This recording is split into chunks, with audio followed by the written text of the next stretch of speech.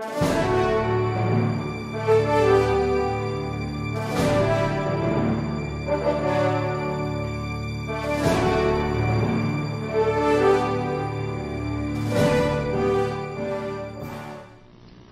Your Honor, please, if we may be allowed to say something about the defense.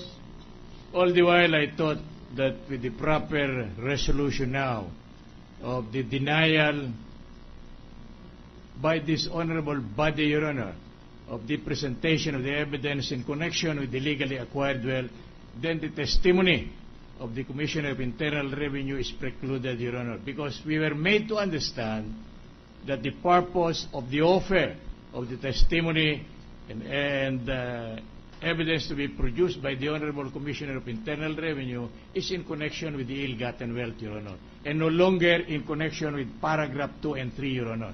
But with the definite ruling made by this Honorable Court that there could be no reception of evidence in connection with the alleged illegally acquired wealth, then that forecloses the avenue for opening up the opportunity on the part of the Commissioner to take the witness stand, Your Honor. That is our principal purpose, Your Honor, in making this manifestation, Your Honor. Sapagkat po maliwanag sa amin na hindi na po natin tatalakayin, pursuant sa inyong order ngayon, ang nauukol sa illegally acquired wealth.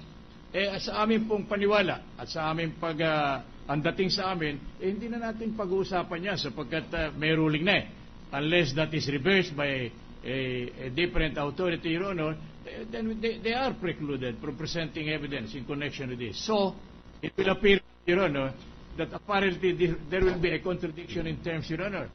This was disallowed, and yet evidence apparently are being allowed. That is our humble submission, Your Honor, based on our understanding of the order of this Honorable Impeachment Court, Your Honor. The manifestation of the counsel is well taken. Thank you, Your Honor. Proceed. Mr. President, we are now ready for the continuation of the presentation of evidence by the prosecution. Proceed. Yes, good afternoon, Mr. President. Our first witness for today is the Commissioner of the Bureau of Internal Revenue, Ms. Kim Jacinto Henares. We call on our first witness, Mr. President, Your Honors.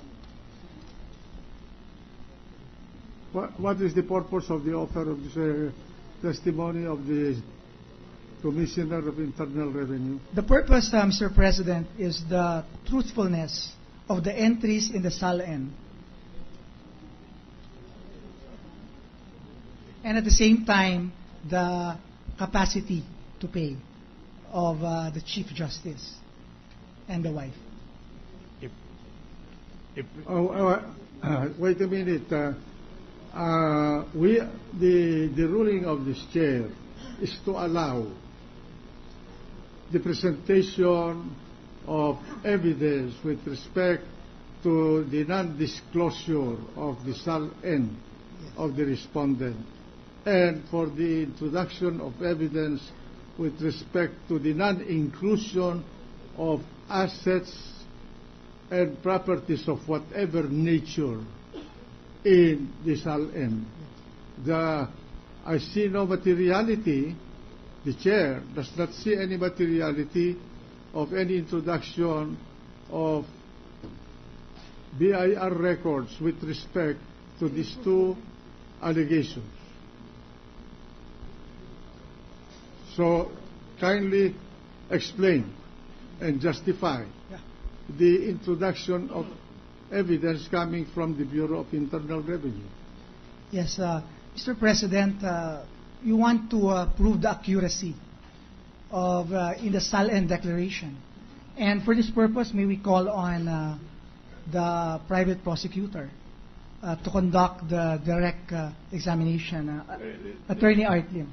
There is none yet an order from this honorable body, Your Honor, allowing the introduction of evidence in this particular issue to be supplied by the Commissioner of Internal Revenue. So this will be out of order. I hope the Court pardons me for emphasizing that point, Your Honor. Mr. President, Senator Santiago wishes to be recognized. Senator Santiago has the floor. Mr. President, yesterday I proposed, and up to today, I support the admission in evidence of the testimony of the Internal Revenue Commissioner. However, I wish to say the following. Number one, if the purpose is to prove veracity, she's incompetent to verify whether the income tax return states the truth or not. Number two, if the purpose is to prove allegations of unexplained wealth, that itself is also irrelevant because the court has already announced that it will decide on whether to accept evidence on the charge of ill-gotten wealth at a later time. That is why I want to ask counsel for the prosecution the following. Are you introducing this witness merely as an attesting officer to attest that that is the official tax return of the Chief Justice filed with her office, not as to the veracity? That's not possible. And number two, or are you introducing her as an expert witness? Later on, I will tell you why there is a difference between an ordinary witness and an expert witness. Could you answer the first question, please? Are you introducing her as an attesting officer or as an expert witness? The one, Mr. President, who will conduct the direct is Attorney Hindi, dapat alam mo yan. Please answer the question of the Senator.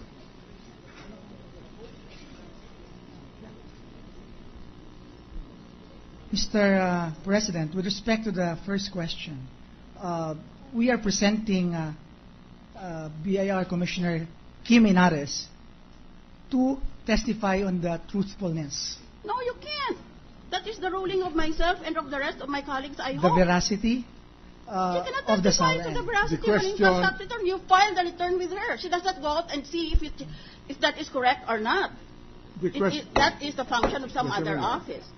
The question of the Senator is the character of the witness being presented. Is he going to be presented as an ordinary witness or as an expert witness? Or some other form of witness.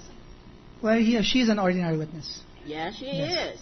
And the difference, counsel, is this. If you introduce her as an expert witness, you can ask her hypothetical questions. But if she is an ordinary witness, she will testify only as to her first-hand knowledge. Anything else will be hearsay. So, since she is, I will not use the word merely, she's actually one of the higher officials of our country. But since she is in her capacity appearing here as Commissioner of Internal Revenue, she cannot possibly be examined, direct or indirect, redirect or recrossed, on whether the allegations in the income tax return are true. That cannot be the purpose. We're asking you what is the purpose. Your purpose simply is to prove that this is the piece of paper, the same piece of paper that was filed in your bureau, in her bureau. The purpose, Your Honors, is the authenticity, to prove the authenticity of the documents. She's only going to be purpose. attesting that this is a correct and original, a copy of the original. Yes, that's correct. That's correct, Mr. President, Your Honors. Mr. President, Mr. President, maybe the Majority Floor Leader. Recognize Senator Angara, Mr. President. The Senator from Aurora is recognized. Salamat po, Pangulo. That's the same point I'm going to raise, Mr. President, that the witness be allowed to testify, to authenticate, not to verify the truthfulness or veracity of the document, because obviously she cannot do that. But she can certainly authenticate or attest to the truthfulness of that copy on file with her office. I think that is what's allowed. If we may be allowed to say a word or so. Because veracity already... I'm sorry, Mr. Senator. Because if you say that it's to testify to the genuineness and veracity, then we're going to have a problem with paragraph 2.4, which the court itself said we will reserve judgment and ruling on that. I think that's the difference. If Your Honor, please, if it is merely a question of authenticity, Your Honor, I would like to save the Honorable Commissioner of Internal Revenue from being saddled with the burden of coming here at the expense of what she should have done in her office. That matter can be testified to, if that's the only purpose, by any official of the internal, or even the keeper of the records of the Internal Revenue, Your Honor. Senator Dillon. Thank you, Mr. President. The court has already ruled that the prosecution may introduce evidence to prove that there were assets that were not covered by the SALN. Only for that, and that is under 2.2 and 2.3. Insofar as ill-gotten wealth is concerned, the ruling of the court is that we will not rule on that as to whether evidence can be introduced on that point, but we will just let the documents be introduced, and the conclusion is a matter of law, and we will rule on that at a much later date. So that the court has already ruled, Mr. President, that evidence can be introduced on to show that there were assets not covered by the SALN. That's the ruling of the court under 2.2 and 2.3. Anyway, President. The chair rules that the witness may testify only on the authentication.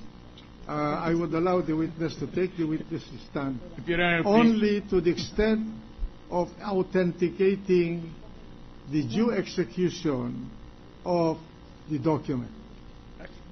If Your Honor, please, again we are compelled, much against our regret, Your Honor, to place on record our discomfort with the manifestation made by the Honorable Drilon.